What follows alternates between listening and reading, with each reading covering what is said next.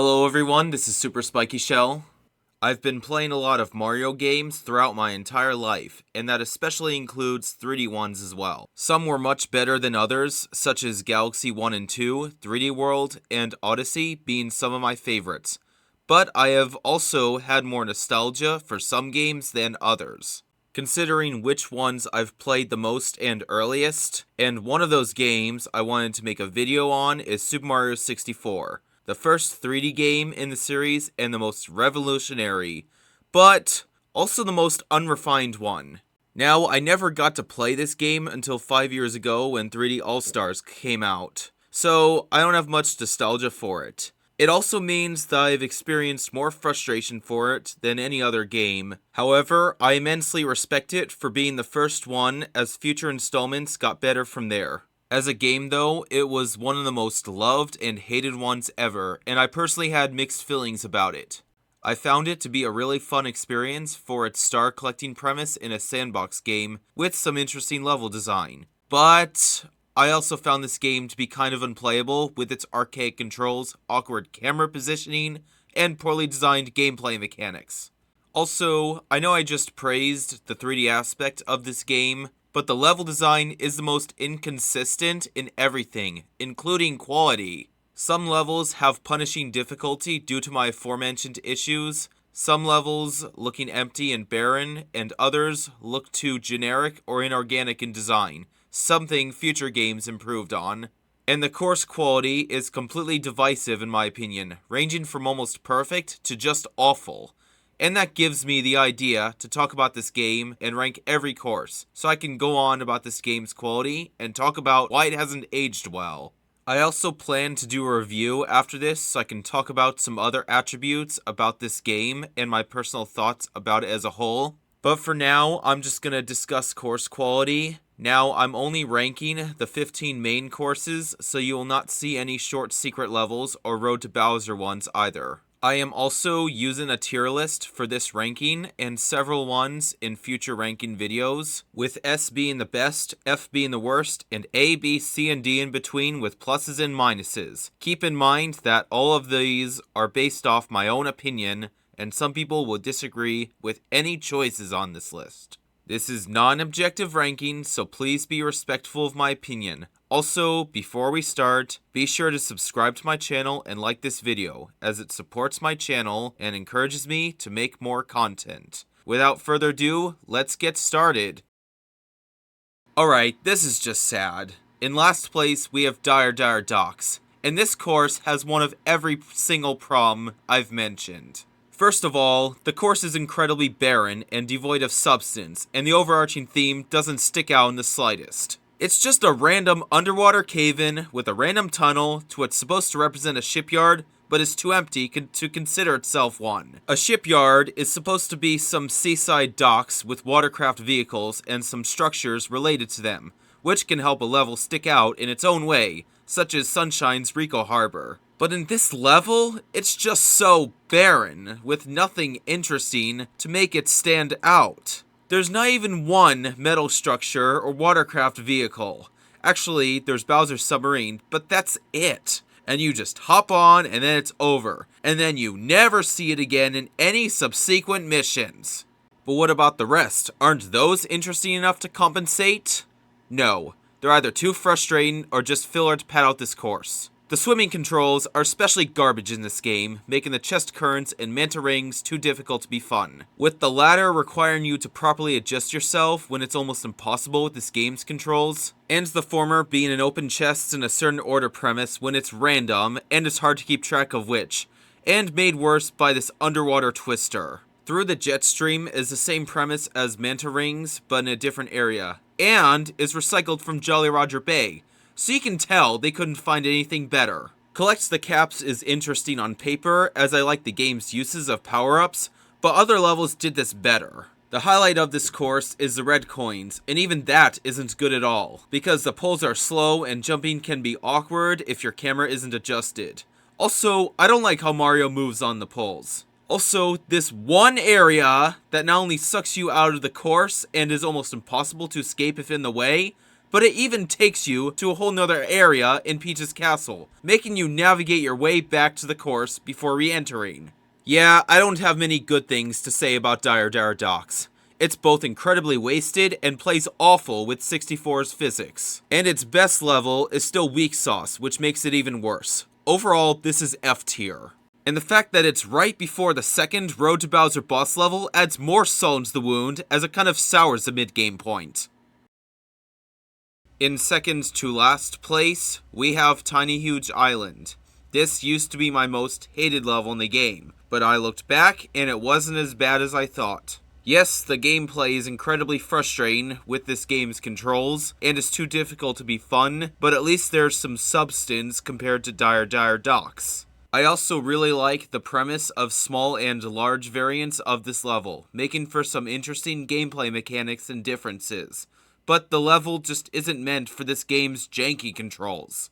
Also, just like the last level, the theme is too generic, as it's just a random grassy island in the middle of nowhere. But unlike the last level, at least this one isn't wasted. The first mission is kind of lame, you just attack a bunch of piranha plants. The tip top of the huge island is kind of fun, but also frustrating. The course itself has some unfair obstacles, such as the rolling balls near the edge of a cliff, the cheap chomp that can eat you alive, and some random wind that blows you out of the way, and are unavoidable for some of these stars. You can cheese your way through with the small variant, and enter the closest pipe before you reach the top, but then you can easily fall off the platforms because they're much smaller. The Koopa race is kind of fun, but nothing to write home about. 5 itty bitty secrets is a bit much for the bad controls, as you have to scour the island in small and avoid slipping off or running into hazards. The Wiggler boss is too easy and uninteresting, but the journey to it is too much, as you have to reach the top in both variants and deal with the aforementioned issues. The red coin mission is way too frustrating because you have to enter the cave on this narrow platform with the slippery controls that make you easily fall off, and the added pressure of reaching a platform before with the cannon lineup. And also the platforms in the cave are too small and the wall jumping is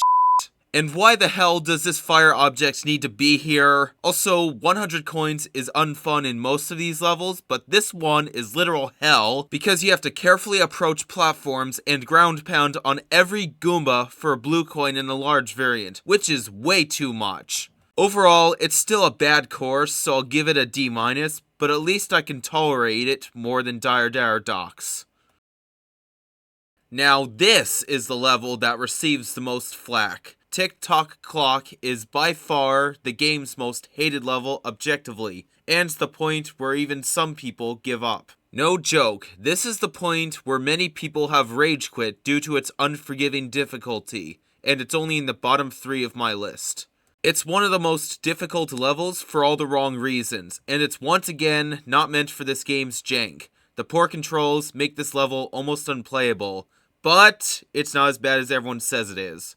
While the difficulty is harsh, this level is nice enough to let you turn it off, because if you jump through when the big hand is on 12, you can stop time and give yourself more time to breathe, which can make the level easier.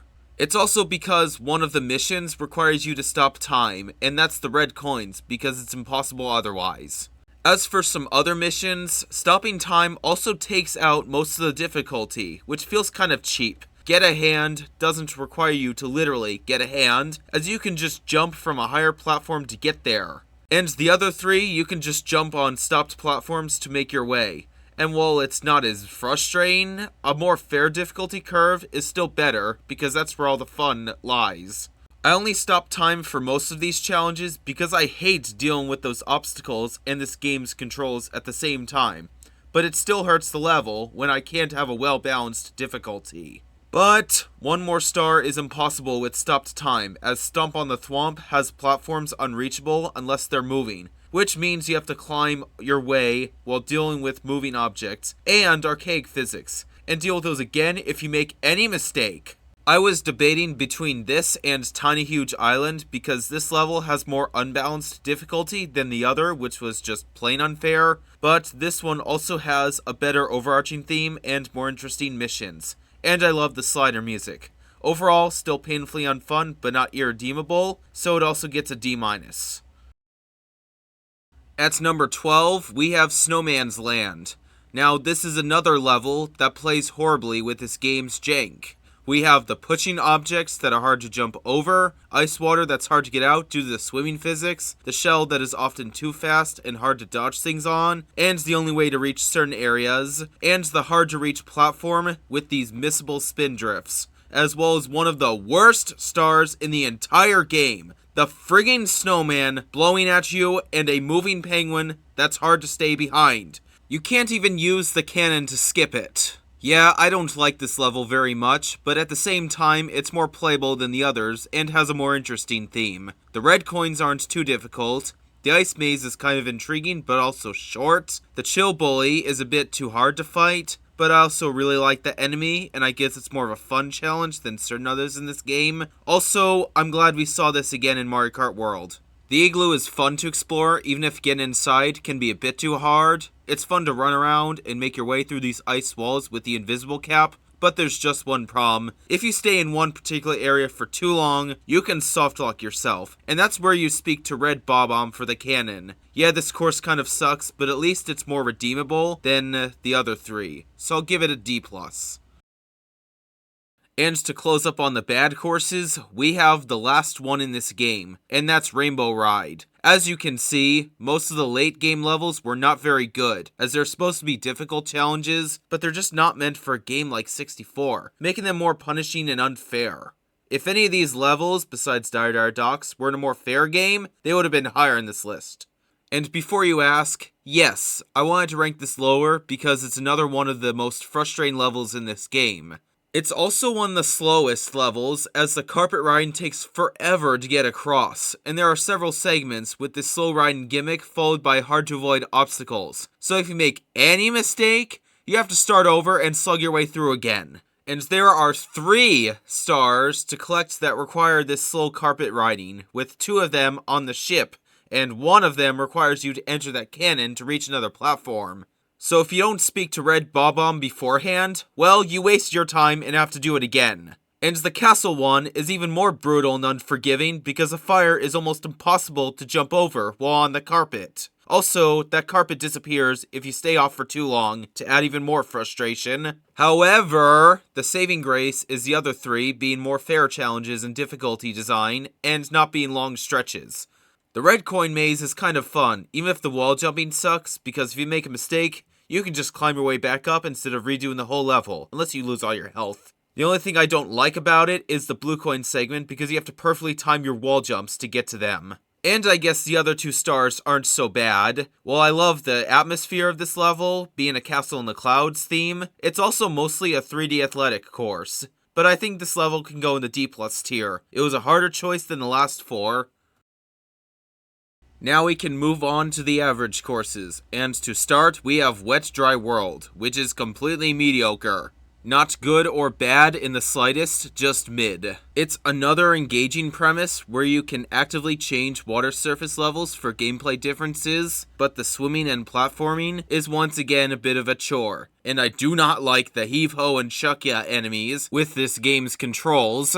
The first and second missions are just platforming to the top of certain areas, which are kind of fun, but also occasionally not. Although one of them has arrow platforms.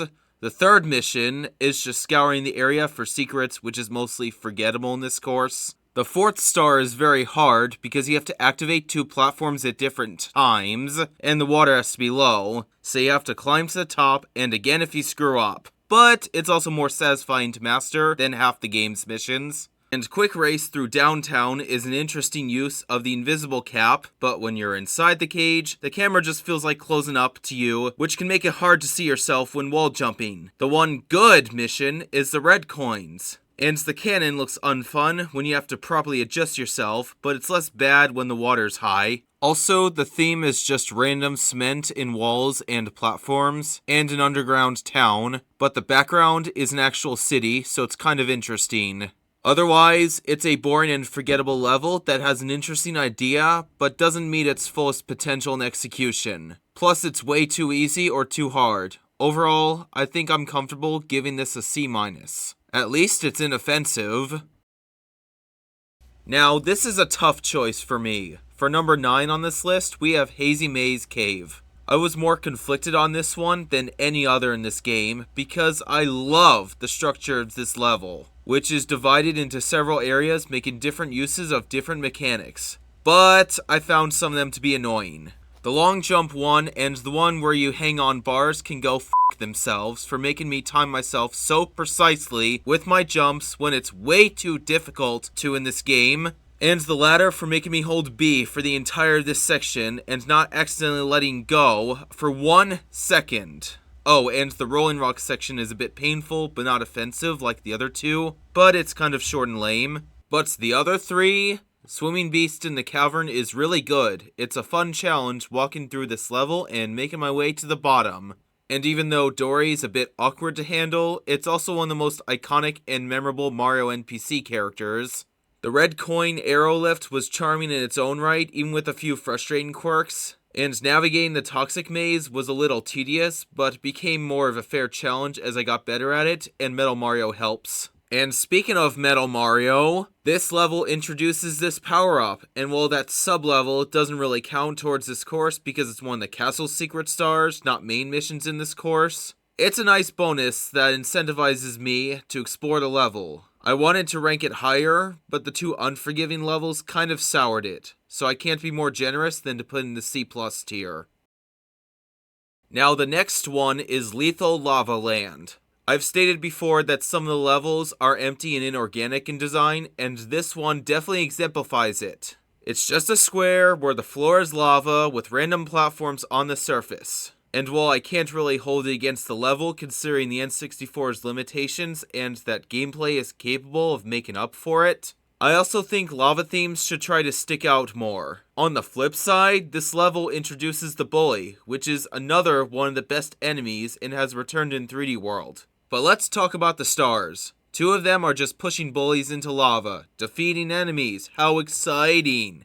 I guess the red coin one is cool because while it looks too easy with all 8 of them in one place, the shifting Bowser puzzle tiles pose a nice challenge that also doesn't fall victim to this game's problems. The 4th one takes you on a different part of the map where you have to jump on more platforms, and a rolling log. Don't ask how the wood hasn't burnt yet. And the last 2 are more organic in level design because they take place in an actual volcano when you hop inside. But they're also the most frustrating ones in this course because they once again involve pole jumping, which I already talked about how bad it is. At least that section has you respawn inside the volcano if you die in there, so you don't have to backtrack as much. Also, 100 coins is surprisingly easy in this course compared to most of the others. Overall, a passable course.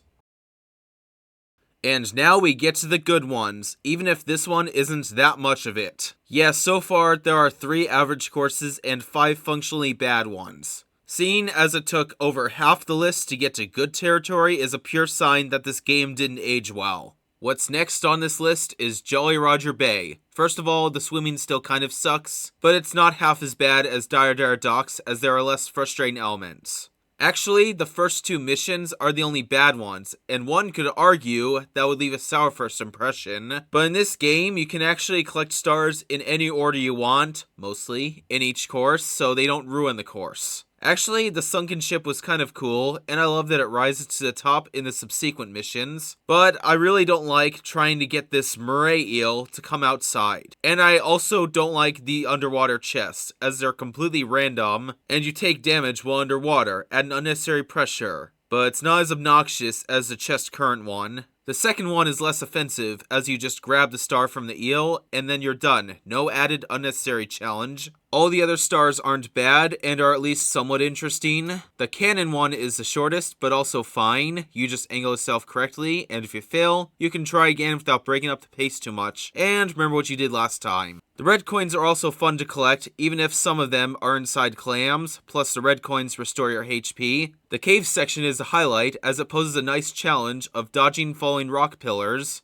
And the chests are much easier to open in order there than the sunken ship. And through the jet stream looks lame, but it's also interesting as you get Metal Mario and try to get there before it wears off, because it's otherwise unreachable, and it's original here unlike Dire Dire Docks. As a whole, this is a far better representation of Dire Dire Docks. Its theme pops out more, there's some actual substance, less frustrating elements, and especially no obnoxious ones. And most importantly, it doesn't set us up for disappointment. Overall, it's a B-. It's still a basic level compared to some others, but it does the job nicely and isn't offensive like the last one. That level has no excuse to be so underwhelming. Next up, Cool Cool Mountain is on this list. I was gonna put this higher, but then I played it again, and it still wasn't as good as I originally predicted. First order of business, I do love the slide, because unlike some other difficulty levels, this one's a fair challenge. And the game will make you do it again to race the penguin, but you cannot cheat because the game will just call you out on it. I also like the regular mountain itself with a more natural slope to slide down, but the other missions are divisive. The red coin hunt is a bit much because I like exploring this mountain, but I do not like these bouncing snowmen or slow lift. And I don't like this floating platform Red Bob-omb is standing on because the slippery controls make it easy to fall off. And the cannon is risky because you could fall off course for wall kicks will work, but the rest of that mission is enjoyable. Lil Penguin Lost is pretty slow and long as you carry a baby penguin all the way down this mountain, but isn't too challenging, which is good. Snowman Lost Its Head is the only truly bad challenge in this course, as you have to accurately position yourself with the snowball without getting hit, which is just excessive. That being said, it's a good level that could have been great or amazing if not for some of the aforementioned problems.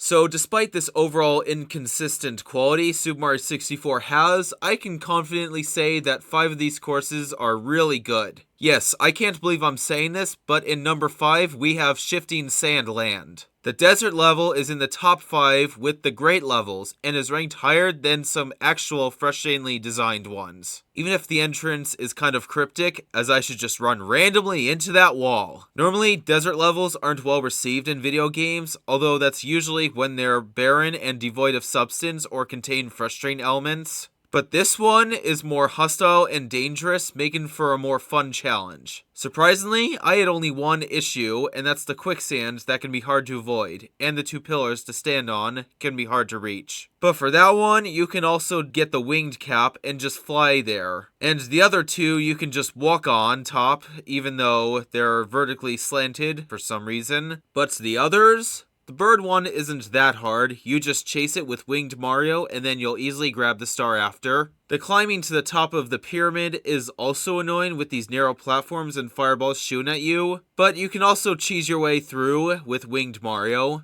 The red coins are the most frustrating, but nothing compared to the most horrendous challenges I've talked about. The Tox boxes are also a fair challenge, as you just gotta pay attention to its movements and be out of its way when possible. Do not use the shell, this level isn't designed for it, and you kind of don't need it. Also, the tornado gives you a giant boost, so you can easily reach another area of this level. Also, did I mention you can go inside the pyramid? There's the top area opened by standing on all 4 pillars. Then you get an elevator ride down to the best boss fight in this game, and that's IROC. But there is another pyramid entrance with 2 more stars, such as one where you have to climb to the top and avoid fun obstacles, and one where you have to look for 5 secrets. And the latter is done by riding the sand waterfall, both of which are stellar. Honestly, this level could have been A+ tier, hell it could have been S tier, if some areas were just a bit better. But I have to give credit where credit is due. Also, Super Mario 64 has limited music, but I don't think this should use the same track as Lethal Lava Land, as it's a little unfit for this setting. Oh, it doesn't matter, I'll give it an A-. Great level with only a few major issues. Remember what I said about how mind-blowing Shifting Sand Land is with only a few setbacks? Well, same can be said with Big Boo's Haunt, because this one is a giant spooky mansion and is so incredibly developed. Also, I love that instead of jumping through a painting, you ground pound on a boot to enter the course. As for the course, there are a whole bunch of different rooms to go through, whether it's red coins scattered fairly in different areas that make sense, ground pounding boos before a big one shows up, but also none of them feel empty, and some are packed full of exciting elements. There's a book puzzle that's easy but still satisfying. There are some hidden rooms that are discovered via invisible cap. There's the top floor with the eyeball to go circles with. And while it's another quick and easy challenge, I find it interesting to make the eyeball dizzy until it shrinks. And the fact that Mario Party 3 made such an amazing minigame out of it says something. There's also an underground room where you stomp on more boos while avoiding flamethrowers. Actually, the only drawback is the rooftop star because that one is way too difficult with the controls, and the camera zooms out because I don't know. You can press the right bumper to zoom in, but it still doesn't help it very much. And I guess the level design is too simple to be amazing, and the music is underdeveloped. It's less spooky and more gravelly and broken, and sounds more like an ambience loop than an actual song. Still a great level, and deserves to be up this high.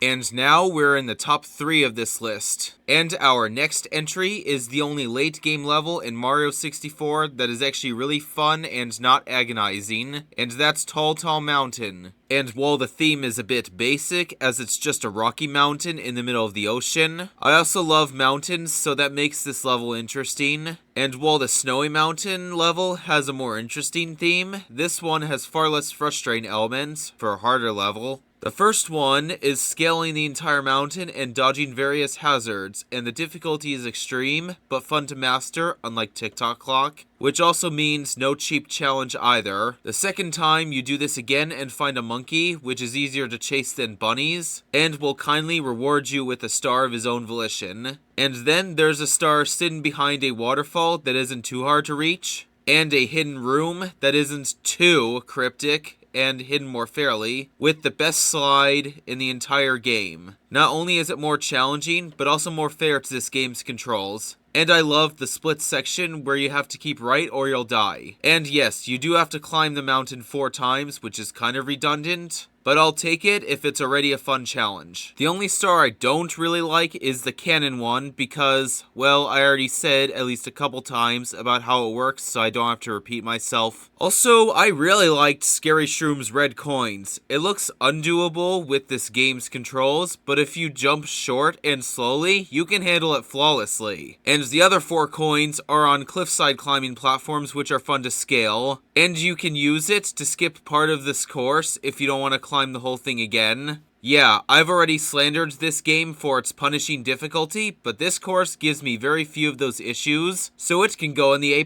tier. Now, if you've been paying attention to this list, you'll notice that I haven't yet ranked the first 2 levels of this game, which are Bob-omb Battlefield and Whomp's Fortress. Yeah, I too find it interesting that the beginner levels are the 2 best ones in the game. In most Mario games, the first levels are basic and generic with not too much substance or exciting elements, and they usually do the bare minimum, getting you into the game, sometimes a bit more. Then the most interesting levels come later on as you progress, and that harder ones are often the best levels because their difficulty curves really help them shine. But in a game like Super Mario 64, where most of the difficulty comes from jank, it actually peaks in its first 2 levels before we see how unfair this game can get. It's also because the 2 tutorial levels really cooked hard to make them stick out. And if I had to choose which one is second place, I'd decide to go with Whomp's Fortress. Now this one is like Tall Tall Mountain, where you start at the bottom and make your way to the top, but encounter several engaging hazards and split paths, and you have to climb multiple times for several of the stars. The first time to defeat Whomp King, the second time to then climb an extra tower that wasn't there before, something Galaxy 2 missed out on, and one more time when you're collecting all the red coins. Although for that, you have to explore additional sections, which I absolutely love. There's also that one where you shoot off into a hanging platform, although the best part is the 100 coins, because unlike the other courses, this one isn't too frustrating, because it's a beginner level, and incentivizes you to explore, which was made fun in this level. And the coins are easy to find. Yeah, I think I figured out the problem with 100 coins in most levels. That being said, this could have been number 1 in S tier, but the last 2 stars ruined it. Not by a lot, just by a little. The owl one is a bit annoying because it's slow and you can't really see underneath, but if you die, you can just re-enter and won't waste too much time. Also, the last star is too cryptic, as I have no way of knowing why I should just hit that random wall, but at least none of those two are bad, and they're at least fine. Overall, still an amazing level. I was undecided between this and Tall Tall Mountain, because that one had more engaging elements and less stains of stars, but it also got more redundant with the same premise as it's a longer level, while this one has more exploration and pops out more. I think I'll give it the silver medal and put it at the top of the A+. It's such an enjoyable and constructive level, and I thank Galaxy 2 for bringing it back and giving us that fan service. At first place, we have Bob-omb Battlefield. I cannot believe this, but the tutorial course is the best one in the game. It has less issues than any other course, and put the most effort into being as interesting as possible. Normally, beginner levels are typical grasslands, but this one? No. It's a giant battlefield with Bob-ombs as their main hazards, and there are several different platforms and pathways to approach different areas. There's the rolling ball section that isn't irritating. There's also this sky island that you have to reach, making good use of the winged cap. There's King Bob-omb at the top, and while his boss battle is a bit anticlimactic compared to future games, he's fine by 64 standards and is one of the most iconic characters in the series. And I don't mind having to climb this whole thing again, because this time I'm racing Koopa the Quick. In the other level, his race was too short, but this one was better and more engaging. The red coin hunt and 100 coin challenge is also great, because it makes this course exploration worthy and isn't too frustrating like the later levels. The weakling is the chain chomp, as just ground pound his post and you're done for dinner. But even that doesn't sour the level, because avoiding his attacks poses some challenge. And seeing him go in circles before hitting the bars is cool to watch, even if it does nothing. By far the best level in the game, and I'm putting this in the S tier. It's that good of a course. And that concludes my ranking for every course in Super Mario 64. I hope you all enjoyed this video, and I'm interested in how you would rank those courses. I have plenty of Mario and Nintendo games to do rankings on, but this game was something to talk about considering the inconsistent quality. As you may have noticed, I have gotten critical about this topic, and I was harsher on most of the challenging levels than the beginner ones. But with a game like this, it's easy to understand why. I mean, if levels like Tick-Tock Clock without paused difficulty, Rainbow Ride, Tiny Huge Island, and Snowman's Land were in a better game with better controls, they probably would have surpassed Bob-omb Battlefield. However, this was just the levels. I plan to talk about everything else soon, as I'm already working on a review for this game. And we'll touch upon why I don't think this game has aged well. But for now, stay tuned for any more videos I make, and I will see you in the next one.